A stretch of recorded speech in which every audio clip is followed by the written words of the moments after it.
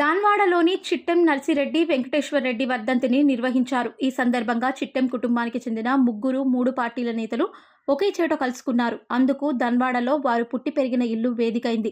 Mahabub Nagar MP DK అరుణ నర్సిరెడ్డి కూతురు కాగా, మనమరాలు MLA Chittem Parnika, కొడుకు మాజీ ఎమ్మెల్యే చిట్టెం రామ్మోహన్ రెడ్డి కలుసుకున్నారు. తల్లి రుక్కమ్మతో కలిసి ఆప్యాయంగా మాట్లాడుతున్నారు.